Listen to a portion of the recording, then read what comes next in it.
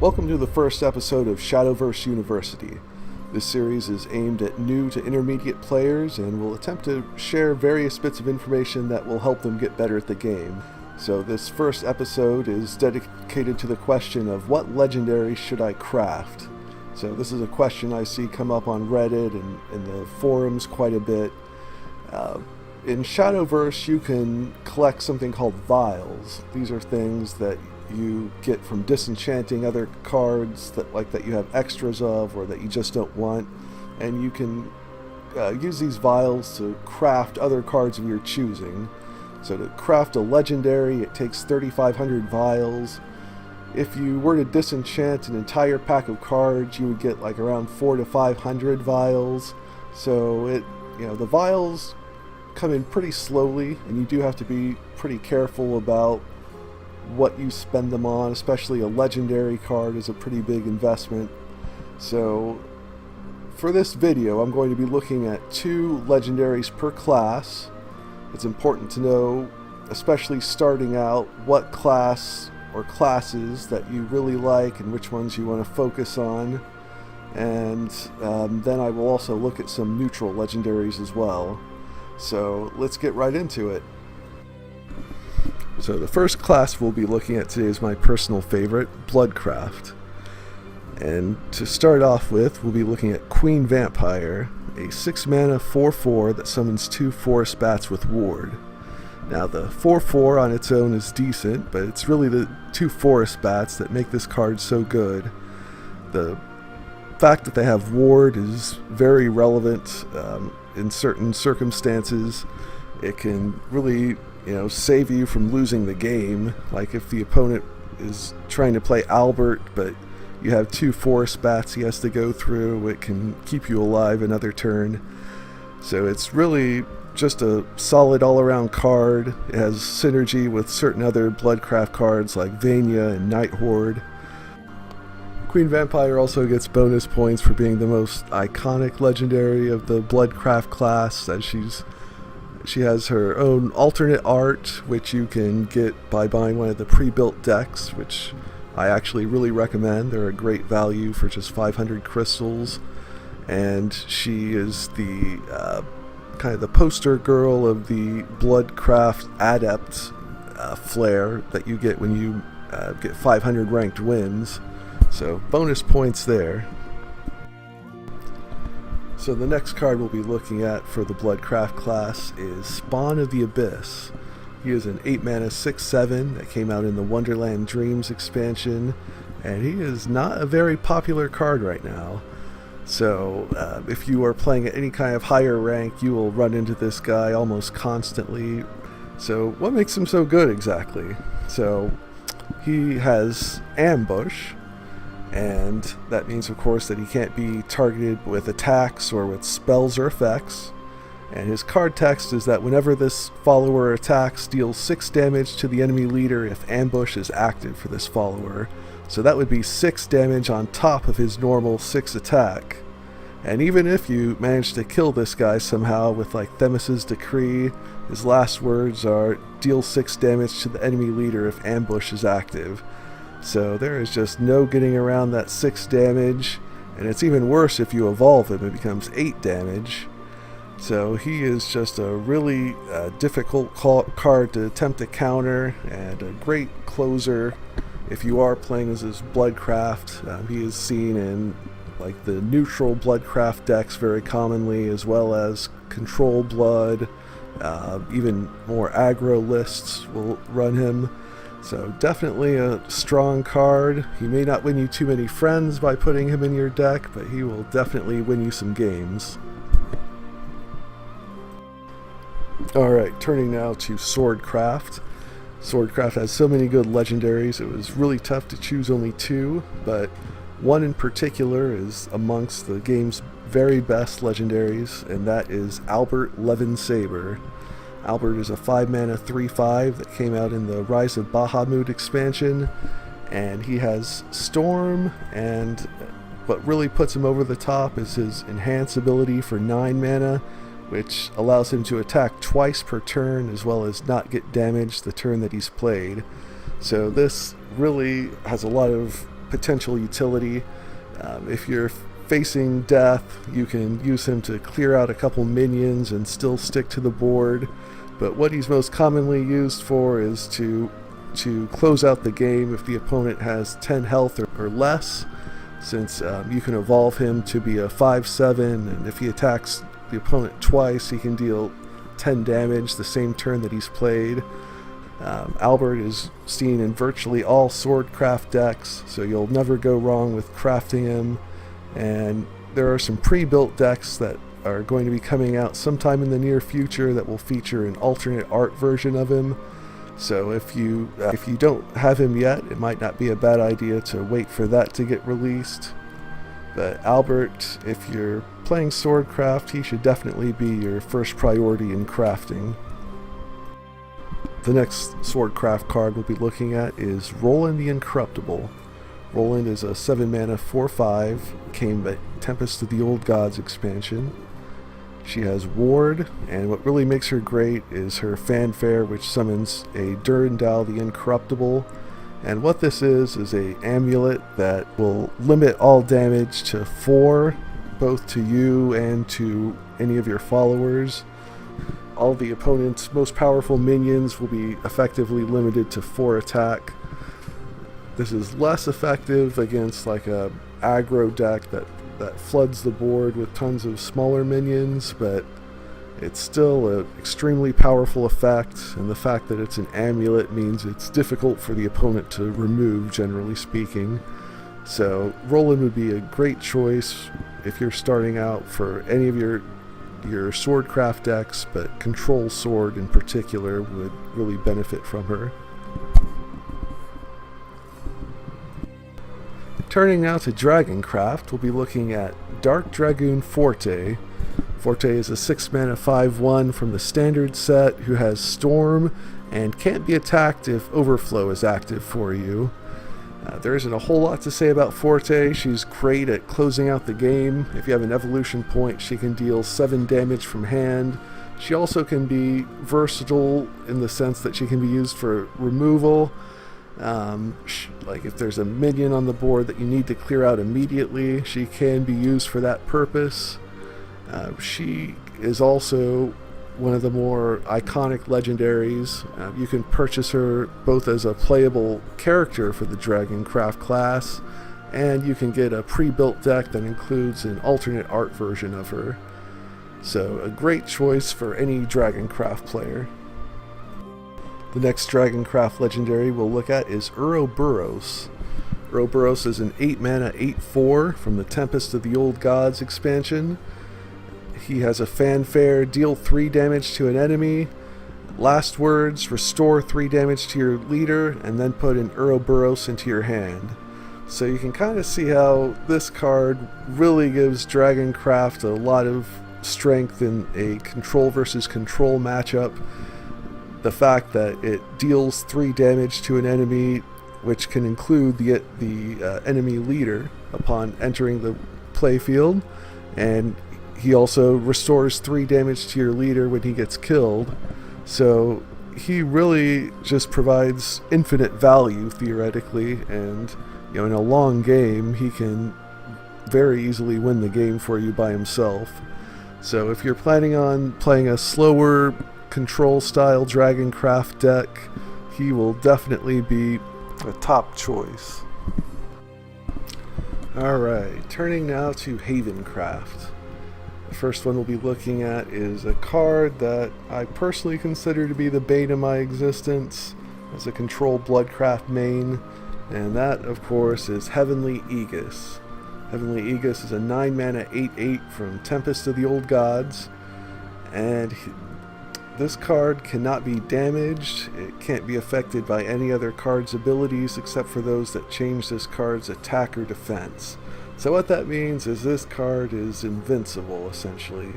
There is no way to remove this card from play. You can't banish it with Odin. You can't kill it with like a Bane follower. You just can't touch this thing. So if you are a Havencraft player that plays this, it basically makes your victory just a matter of time.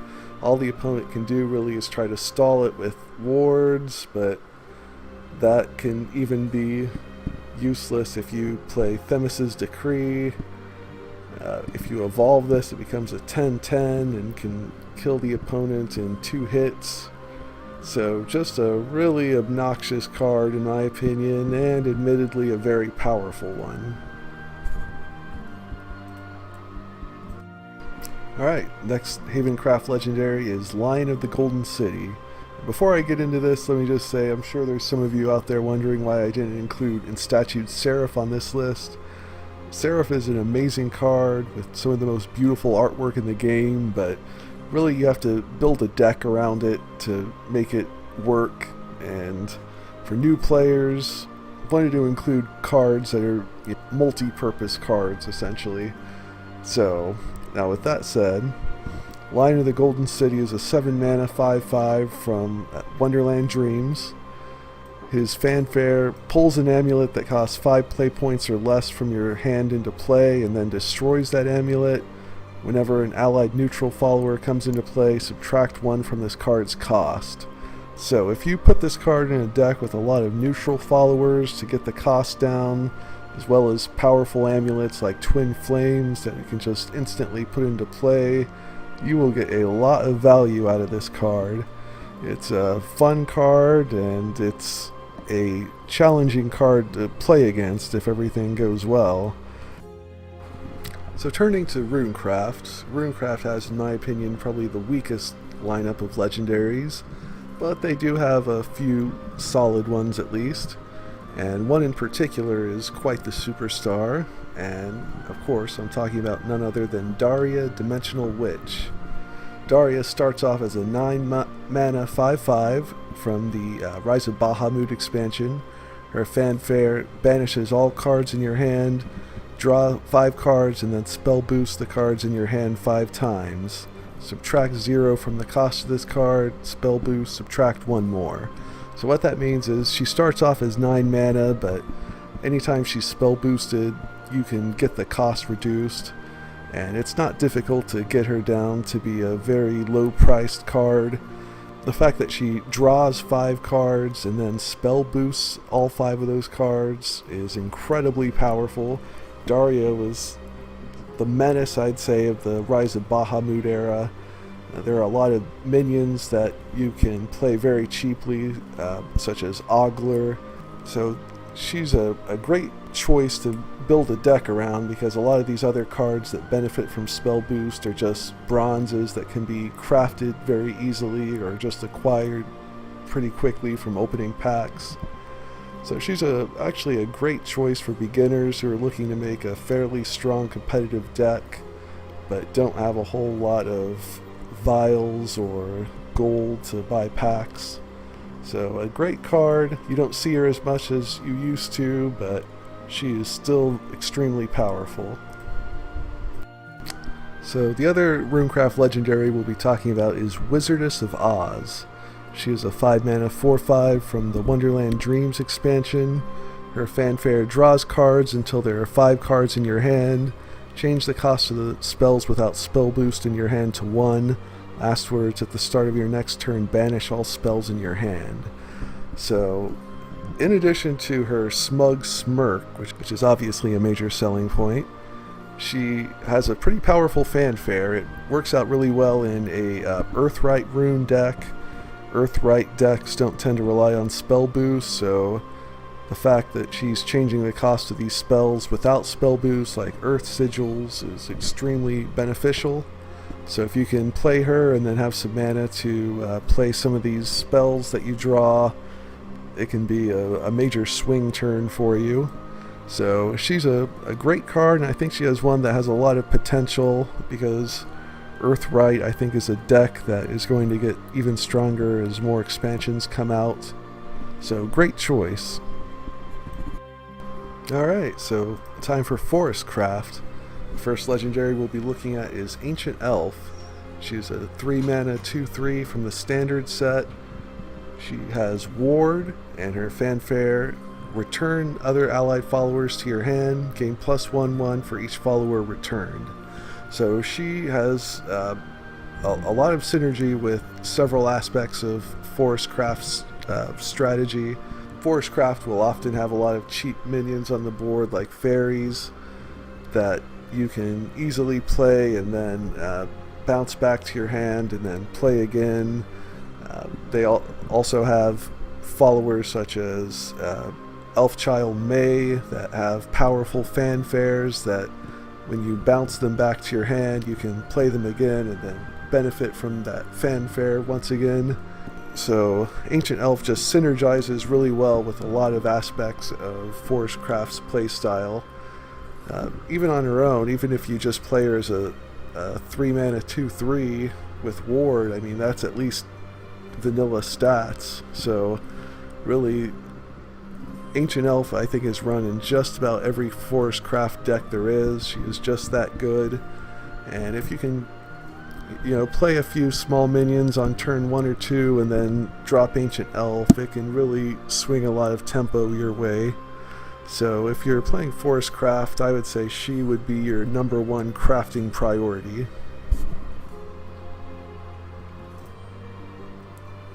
If you don't mind spending real money, there's a pre-built deck that includes an alternate art version of Ancient Elf. So if you have the money, it would be a great way to get your collection started. Alright, the other Forestcraft legendary we'll be looking at is Beauty and the Beast. It is a 6-mana 5/6 from Wonderland Dreams. The fanfare is gain +2/+2 if you have at least 5 cards in your hand. Gain resistance to damage and destruction from spells and effects if you have at least 3 neutral cards in your hand. So if you can meet both of these requirements, you gain +2/+2 and you're immune to damage and destruction from spells and effects. So this means you have a 7/8 on the board, which can become a 9/10 with evolution, which is just incredibly difficult to deal with if it's immune to any kind of hard removal. That forces the opponent to either just trade a bunch of minions into it or use a Bane follower if they have one, but if not, this is just a huge problem for your opponent to deal with, and it's not very difficult to meet those requirements. Forestcraft has several ways to refill its hand, and if you have a lot of neutral cards, like if you're running the neutral package with Alice, which is a card we will be discussing later, you will just have a juggernaut on your hands that the opponent just won't be able to deal with. So a great card and an excellent crafting option. Alright, last but not least, we turn to Shadowcraft. And the first legendary we'll be looking at is Demonlord Eachtar. He's a 7-mana 5/6, whose card text is Necromancy 3, summon a zombie, repeat for remaining shadows or until your area is full. Fanfare, give all allied followers +2/+0 and rush until the end of the turn, whether Necromancy was activated or not. So if Daria was the menace of the Bahamut era, then Eachtar was the menace of the Tempest of the Old Gods era. He has just a ton of effects and is widely considered one of the more overpowered cards in the game.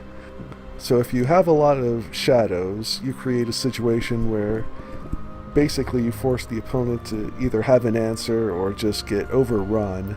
If you use some of the cards such as Prince Catacomb or like Bone Chimera that create sticky minions, you can be guaranteed to have a board presence which you can buff up with Eachtar and then just proceed to obliterate the opponent.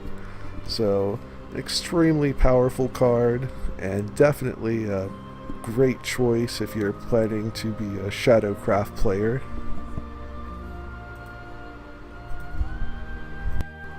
Alright, the next Shadowcraft legendary we'll be looking at is Nepthys. She is a legendary from Rise of Bahamut. She is 8 mana, 5/5, with a fanfare. Randomly put followers of different costs, excluding Nepthys, from your deck into play until your area is full, then destroy those followers. So this is such a powerful effect, it's created a whole deck that's revolved around taking advantage of it. It may not sound very powerful at first to just play some followers and then destroy them, but Shadowcraft has a lot of followers that have powerful last words effects that get triggered when Nepthys draws them. So you can draw something like Kawi, which will heal your leader and destroy one of the enemy minions. You could get Mordecai, which will just automatically respawn since he just automatically regenerates whenever he dies. You could get like a bunch of liches from some of your followers. So there's just a lot of potential upside to this card, and it's a very powerful effect. If you are planning on crafting this, just make sure you do have some last word cards or cards like Mordecai that can take advantage of her ability. But definitely a great choice. Alright, now we'll look at a handful of neutral legendaries. The first of which being the big guy, Bahamut. He is a 10 mana 13/13 whose fanfare is destroy all other followers and amulets. Can't attack the enemy leader if 2 or more enemy followers are in play. So obviously when he hits the board, he is going to make a big splash. When it says destroy all other followers, that includes your followers. So if you're ahead on the board, you really don't want to play him. But if the opponent is about to win and has a ton of strong followers on the board, just throw down Bahamut and watch them all get wiped out. You can be assured that you cause your opponent at least a brief moment of panic whenever you play him. He's just an extremely fun card and very powerful. He can win games for you that you would have otherwise lost. So great card, and could potentially fit in quite a variety of control decks since he's a neutral. Alright, the next neutral legendary we'll be looking at is Alice, Wonderland Explorer, of course from the Wonderland Dreams expansion. She is a 4 mana 3/4 with a fanfare. Give +1/+1 to all other allied neutral followers in your hand and in play. Alice is really what has kickstarted the whole neutral craft deck that is so commonly seen these days. +1/+1 to all of your followers both in play and in your hand is just extremely powerful. She might actually be the best crafting value for a new player since she can be used in a wide range of classes. If you're starting out, you might only have one deck that you feel pretty confident about, but you might get a daily quest to get wins with a class that you don't have a very good deck with.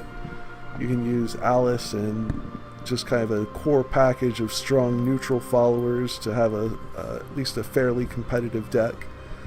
So she really is a great value. She's a powerful card, and if she doesn't get nerfed, I expect her to be a mainstay for years to come.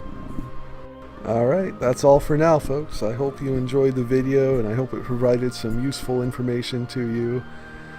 Be sure to hit that like and subscribe button, and stay tuned for future Shadowverse content. But for now, I will turn you over to your regularly scheduled Geeksation programming, and thanks for watching.